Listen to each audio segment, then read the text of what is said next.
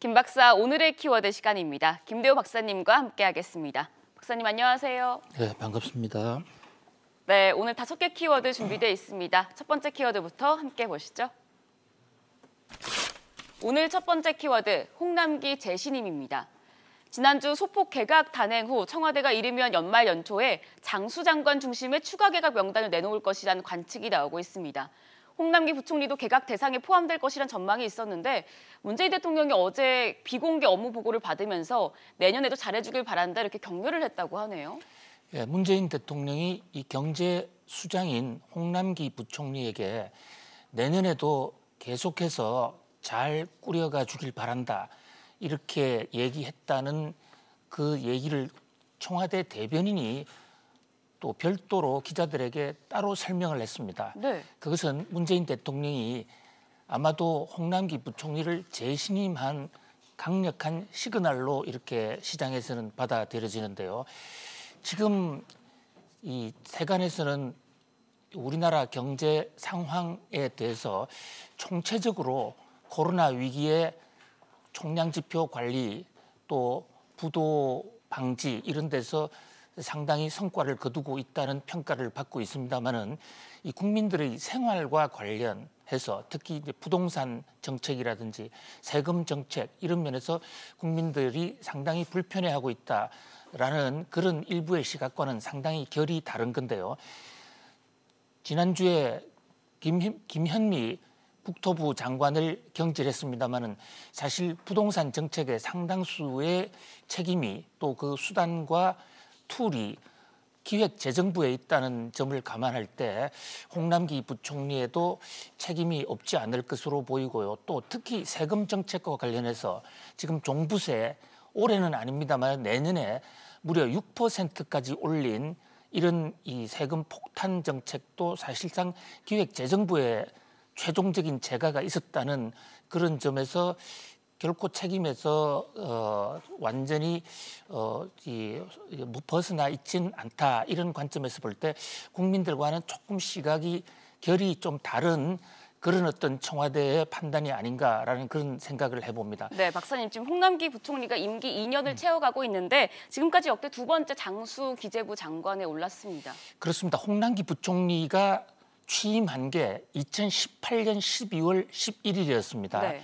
그러니까 이틀 후면 이제 꼭 2년이 되는 거죠. 2년이 돼서 730일로 되는데요. 현재 그래픽에서 보시는 대로 기획재정부 출범 이후에 장관의 재임 기간을 보면 윤정현 장관, 윤정현 부총리, 이명박 대통령 시절이죠. 842일로 1위고 그다음에 이제 박재완, 김동연 순이었는데 홍남기 부총리가 2위에 올랐고 내년 초 정도 되면 만약에 문재인 대통령이 재신임을 한 게 사실이라면 내년 초에 윤정현 부총리 기록도 돌파해서 최장수 부총리가 될 것으로 보입니다. 네. 홍남기 부총리 하면 요즘 이 과천 관가에서는 홍남기 부총리의 별명이 있죠. 네. 용홍두삼이라고 저희들도 몇 차례 소개시켜 드렸습니다만은 용두삼이라는 그런 어떤 고사성에 빗대어서 홍남기 부총리의 성에 붙인 그런 얘기인데요. 이것은 용두삼이라는 것은 처음에 아주 용의 정책처럼 화려하게 나왔다가 마지막이 좀 끝이 제대로 마무리되지 않는다라는 이런 것을 빗댄 말로 보이는데요.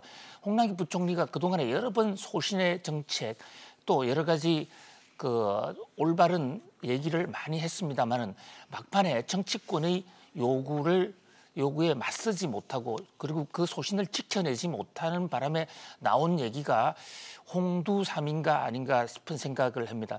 홍두삼이란 얘기가 나오는 것은 홍남기 부총리의 원래 초기의 소신, 정책 방향은 상당히 옳았다라는 그런 세간의 평가를 뒷받침하는 것이기도 해요. 네. 홍남기 부총리는 잘 아시는 대로 상당히 온화하고 덕망이 높은 분입니다. 주위에 부담을 주지 않는 매우 온화한 성품이기도 하고요. 그러면서도 경제 철학이나 경제학적 기반이 아주 단단한 그런 관리인데 이 홍남기 부총리가 홍두삼이라는 비난을 받게 된 가장 큰 악역을 한 분은 결국은 정치권이 아니겠는가 그런 생각을 해봅니다. 만약에 홍남기 부총리가 내년에도 계속하게 된다면 청와대나 정치권에서 경제 전문가들에게 좀 더 힘을 실어주는 경제 전문가들이 그야말로 자신의 소신대로 정책을 펼 수 있게 해주는 그런 어떤 제도적 뒷받침을 좀 해줬으면 하는 그런 생각이에요. 이 김대중 정부 때 부총리를 하신 그 진념이라는 분이 있습니다. 네. 진념 부총리가 최근에 한 얘기가 군사 정권 시절에 군인들이 총칼을 들고 와도 그 경제 관리들은 나라의 앞날만 생각하고 모든 것을 막았다. 이런 얘기가 있는데 사실 홍남기 부총리의 최대의 사후적 실책이 될 수 있다고 보는 것은 정부 재정을 너무 과다하게 편성해서 지금 국가 부채가 폭발적으로 늘어나고 있는 것이거든요.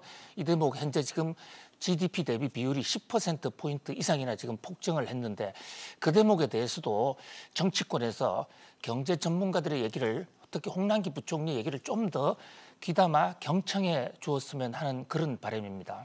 네, 이어서 두 번째 키워드 보겠습니다.